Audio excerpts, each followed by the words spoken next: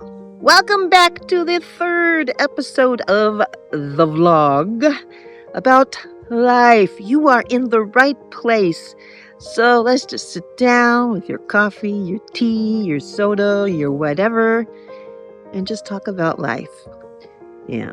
One thing I learned recently, I always thought that Velveeta cheese didn't go bad. I thought it was like spam. So we never bought Velveeta cheese when I was a kid. We always bought Kraft slices. I don't even know if we had Velveeta cheese back then. But my mama never told me that Velveeta cheese will spoil. I guess I should have known, huh?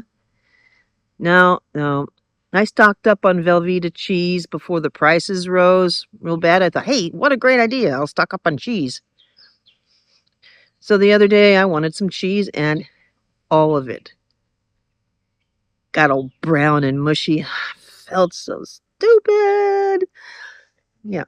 So just so you know, this mama says Velveeta cheese does go bad. The story for today. You can't change someone else's reality. No matter what. No matter how much time goes by and all that, you can't change it. So when I was a kid, I think I was like maybe 13 years old. I walked up to my mom. She was watching TV, really concentrating on whatever show it was. And I said, Mom, after summer school, I'm going out to the beach with a friend. I said, Mom. She goes, yeah, okay. As she's watching the show. So I'm like, okay, I told her. So I went out to the beach. We went hiking across the mesa down to this secluded beach in Santa Barbara. I must have rode my bicycle like 20 miles or more that day. Stopped at a church, played volleyball, and my brother stopped by. And he said, you're in so much trouble. You better get home. Like, why? So I got home. My father was in a panic. I guess my mother was out looking for me and I didn't know it. And soon after I got home, a police officer knocks on the door.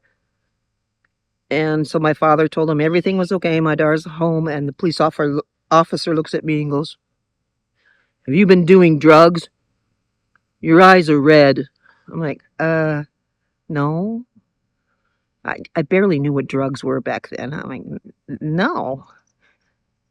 But because it was a police officer, my parents believed the officer and not their own daughter.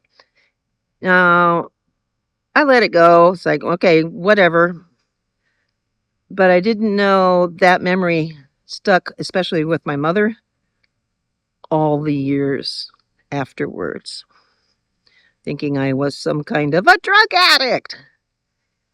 And so 40 years later, I had this on my mind. I couldn't stand it no more. Yes, I'm a very patient person.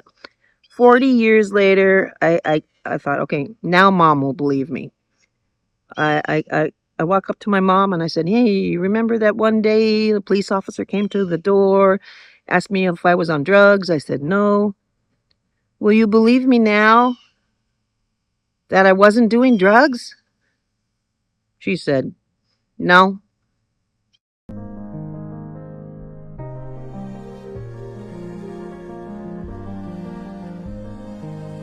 I didn't get mad because I love my mother dearly. And bless her soul, I still love her. But how you react to a situation makes all the difference in relationships.